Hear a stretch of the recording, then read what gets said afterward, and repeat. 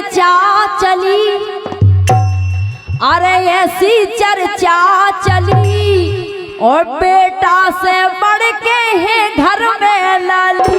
ऐसी चर्चा चली और बेटा से बढ़ के है घर में लाली।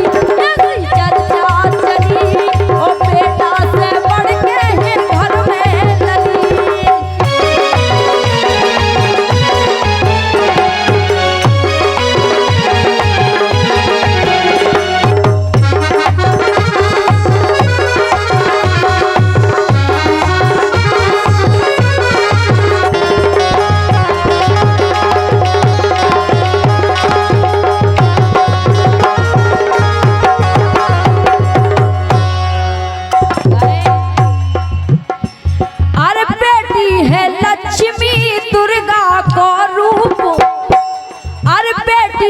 लक्ष्मी दुर्गा को रूप, अरे लाडली है भोली है सुंदर स्वरूप है गुलाब की कली, है गुलाब की कली और बेटा से बढ़ के है घर में लली।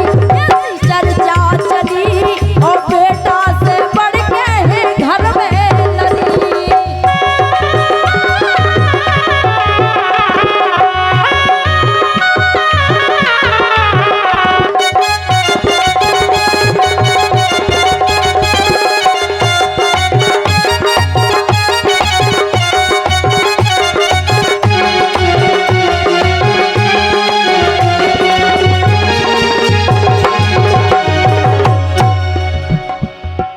बिटिया बा होते का दो कुल की लाज बताओ, एक मायके की और ससुराल की। ऐसे लिखो है, अरे दो कुल की शान होते बिटिया महान, अरे दो कुल की शान होते बिटिया महान और महिमा बताते हैं वेद और पुराण भई देश पे बली।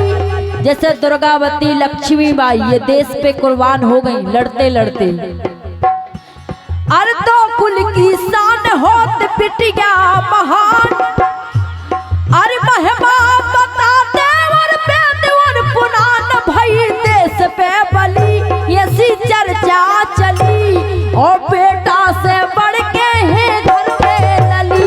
ऐसी चर्चा चली और बेटा से बढ़ के है घर में लली।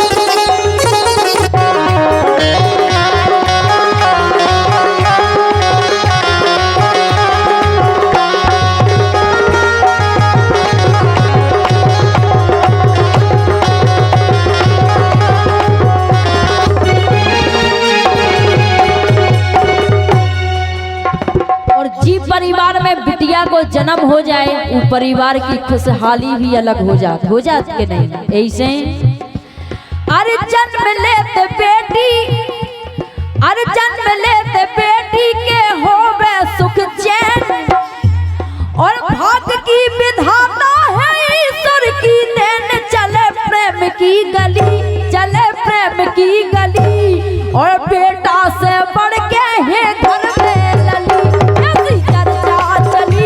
और बेटा से बढ़ के है घर में लली।